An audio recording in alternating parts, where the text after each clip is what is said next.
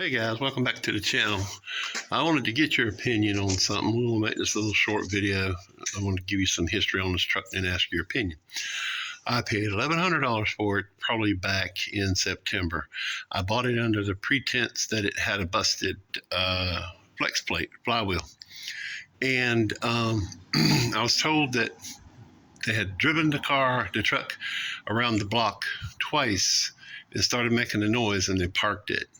He said when he tightened the transmission up, he heard something pop, and he assumed it was the flex plate.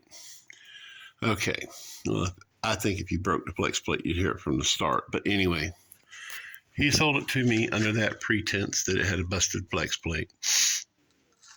Now this truck has been rode hard and put up wet. It was a mud truck, a hunting truck, and everything else. You see it's missing the guard down here and the fog lights. It's been wrecked on this side. The bumper's pushed in. The fender's warped a little bit, but not bent. It's been wrecked over here. Now the truck came with a new door and a new door. So I don't know if that's worth anything or not. Interior's okay except for the driver's seat as usual. Don't know how many miles is on it because the odometer display doesn't work. The dash is cracked. I took this down, and the mice have been up there and chewed all the wiring up, as you can see right in there. I don't know if you can see that or not. Anyway, I knew it was rough when I got it, but I bought it under the pretense that it was a Z71, that it had a 5.3, and he drove it around the block. Okay. I bring it home, and I take the transmission out. There's nothing wrong with the flex plate. So while I've got the transmission out, I try to spin the motor over, and it'll only spin around halfway, then it stops. I can spin it back the other way, and it stops about the same point. So I already know there's something wrong with the motor. So I proceed to pull the motor and pull the oil pan out. And this isn't the motor. I guess I should have went and opened this garage door. I'll show you the motor.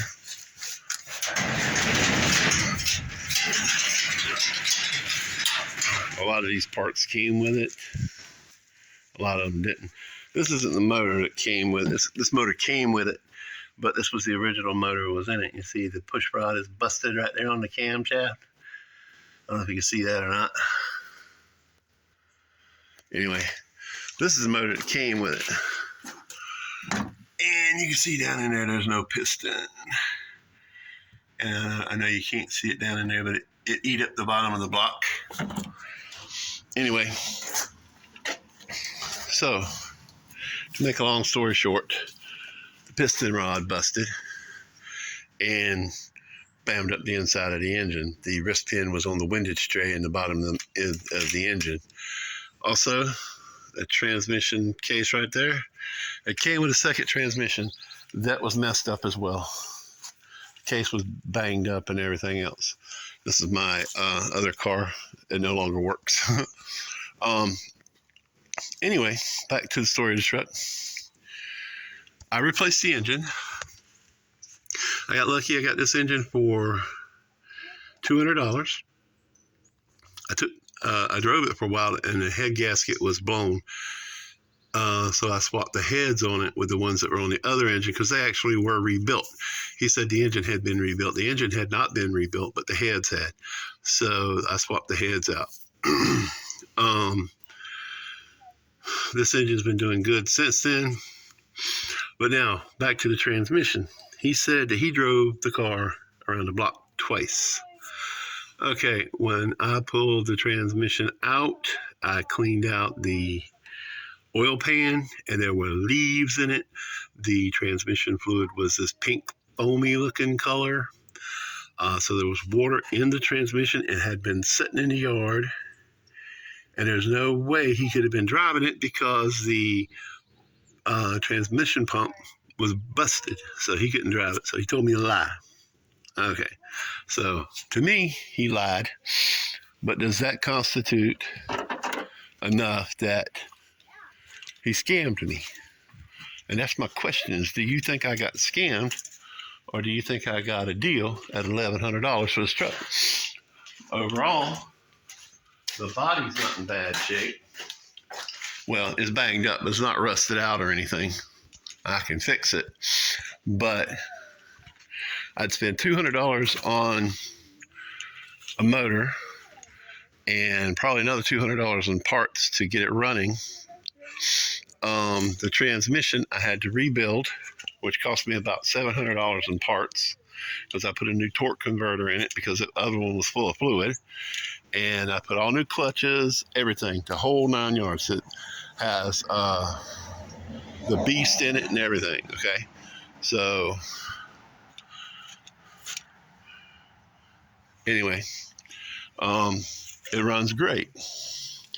Now, one problem I have is this is a four-wheel drive. He said all you had to do was put in the front drive shaft, which I had the front drive shaft over here.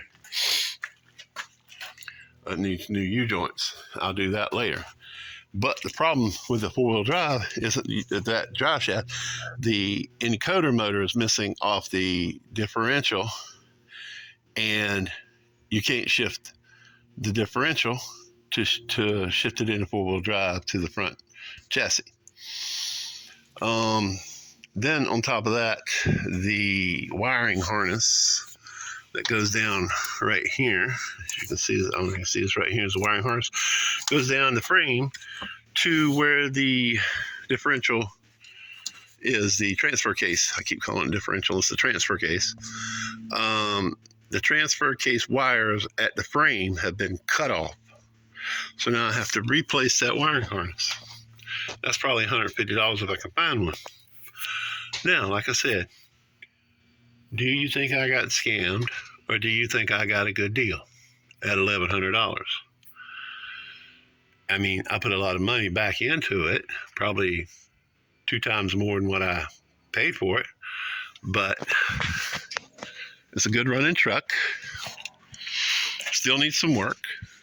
I want to paint it. It used to be four-wheel drive. It was jacked up. It had a lift kit on it. These blocks over here were on it. They had the bed lifted up and the cab lifted up with these here blocks. There's more of them over there. I took them out because it's too high for me. Then the tires that were on it, I just got rid of them yesterday. I swapped them for like this one back here, because the ones that were on there after I took the lift kit off were rubbing front and back. You can see back there, I don't know, yeah, right there. It was rubbing right there. And then on this side, the tire was rubbing on that and that and that frame right there. These tires are almost half what the other ones were. They were 33s, these are 27s. And then this bumper's pushed in right here. And this one was rubbing on this bumper. Anyway, no big deal. Swapped out the tires, dropped the truck down. Just 1,000 different things wrong. If I accept the challenge to repair the truck, knowing that he lied to me, have I been scammed? I don't know. I got a good running truck, and yes, it needs work. But was it a scam if he lied to me? Let me know. Write your answers down in the comment section. If you don't mind, hit that like button. And don't forget to subscribe. It helps the channel grow. And I'm going to try and bring you more content on this truck in the near future. I did one not too long ago about the truck. So check that one out too. And give me your answers. And also put any suggestions down there. What do you think I should do as far as painting and all that body work? I was thinking about going back with the same colors and probably replace this door. Probably replace them both because they both got this big dent right here. My problem is this right here. How do I fix this? I've seen where you can replace the whole bedside, but that's $1,000. And I'm like, I'll buy another bed for that. But I was thinking about trying to fix this first. So if you have any suggestions on how I can fix that, how about leave them down in the comments? And yeah, no, it's not a Z71. He sold it to me on the premise that it was a Z71. Even though I know this is an aftermarket, he still sold it to me under the premise that it was a Z71. Anyway, I appreciate you. I hope you have a wonderful day. And don't forget to like, share, and subscribe.